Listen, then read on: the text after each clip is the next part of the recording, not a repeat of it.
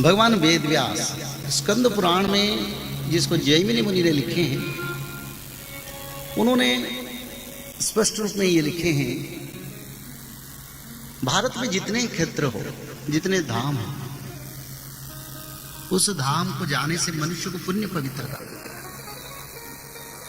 पर एक क्षेत्र को भगवान नारायण खुद महालक्ष्मी के साथ मिलके अति पवित्र क्षेत्र बनाए, जिस क्षेत्र में दर्शन मात्र के मनुष्य को सायुज्य मुक्ति मिलता है। वो क्षेत्र जगत का नाथ, नाथों का नाथ श्री जगन्नाथ क्षेत्र। वहां पर धरती भी देवता है, धरती की हर रेणु भी देवता है, वृक्ष भी देवता है, पत्थर भी देवता है, सब देवता है। और स्वयं नारायण इसको वैकुंठ बनाया है। मर्त्य पर सभी धाम है, पर मर्त्य वैकुंठ नाम जगन्नाथ क्षेत्र का नीलाचल क्षेत्र, जिस क्षेत्र पर भगवान स्वयं महालक्ष्मी के साथ निवास कर रहे हैं। कब से निवास कर रहे हैं?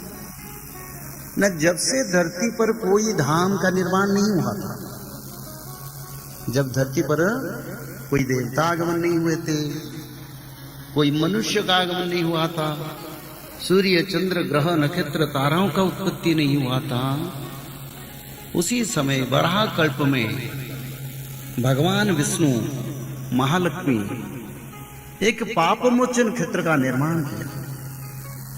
और वो क्षेत्र को स्वयं भगवान कहते हैं ब्रह्मदेव को, बोले ब्राह्मण, वो क्षेत्र स्मृतियों और वेदों और शास्त्र और सारे परंपरा से गुप्त है, जिस क्षेत्र को मां महालक्ष्मी के साथ हमने निर्माण किया। तो क्षेत्र को उसी समय भगवान पहले निर्माण करके नील माधव की रूप में वहीं पर भगवान देवताओं के द्वारा पूजित होते थे। फिर सत्ययुग शुरू हुआ, इसमें कई कल्प बीत गया, कई युग बीत गया।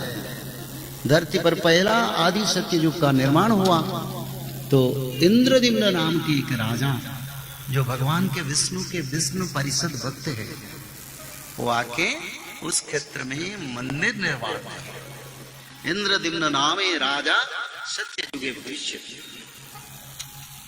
तो हर सत्ययुग में इंद्रदिम्न आते हैं, जगन्नाथ क्षेत्र का पुनर्निर्माण करते हैं, फिर वैकुंठ को गमन करते हैं। तो ब्रह्मदेव पूछे, प्रभु आपके निर्देश पर सृष्टि तो मैंने निर्माण किया, पर त्रिताप चक्र से मानव का उद्धार कैसे होगा?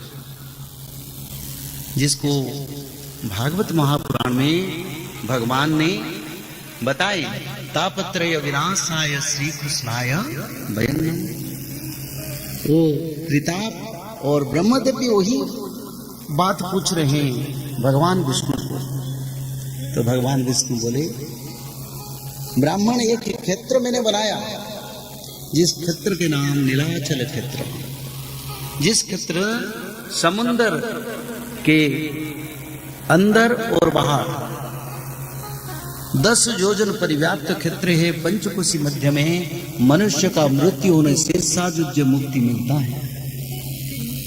तो उसका भगवान ब्रह्मदेव सुन के बड़ा आनंदित हुए।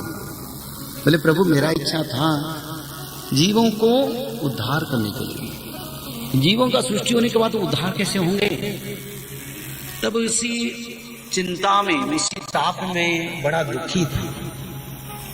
तो प्रभु बोले, ब्रह्मदेव तुम जाके मेरे नीलाचल क्षेत्र को परिदर्शन करो।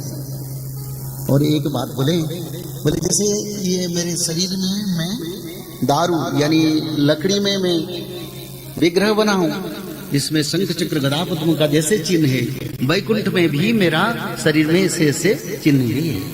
मैं की हूं, पर उस क्षेत्र बड़ा मेरे के लिए पवित्र, और मैं वही क्षेत्र पर युग युगांतर में निवास करता हूं। ब्रह्म प्रलय के समय में भी वो क्षेत्र का विलय नहीं होता है। उसी समय में कल्प वृक्ष में भी छोटा सा बालक बन के आश्रय लेता हूं। तो ब्रह्मदेव आके देख रहे हैं, जगन्नाथ क्षेत्र परिदर्शन कर रहे हैं।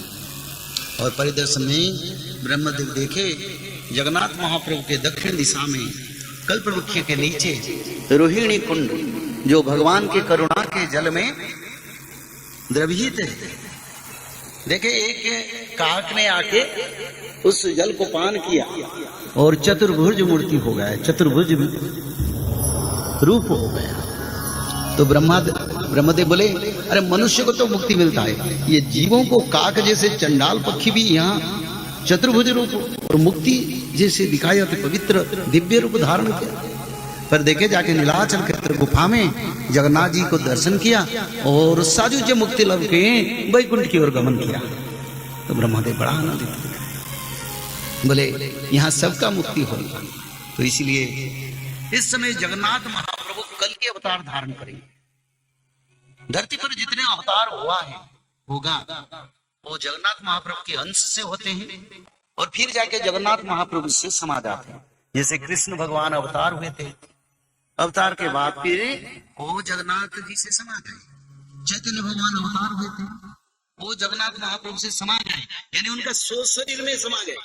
चैतन्य महाप्रभु का कोई समाधि नहीं है, जगन्नाथ जी को दर्शन किए वो सीधा शरीर लीन हो गया। तो जितने अवतार धरती पर होता है होगा वो जगन्नाथ जी से ही समा जाते हैं। जगन्नाथ महाप्रभु आदि विष्णु सनातन।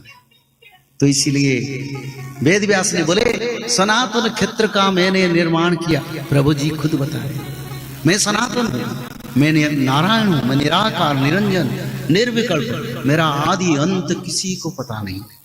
हाँ, इतना जितना अवतार होता है मेरे अंश से होता है। मैं ही सृष्टा हूं, मैं ही पालन करता हूं और मैं ही संहार करता हूं। और इसी समय स्वयं जगन्नाथ कल के अवतार धारण करेंगे।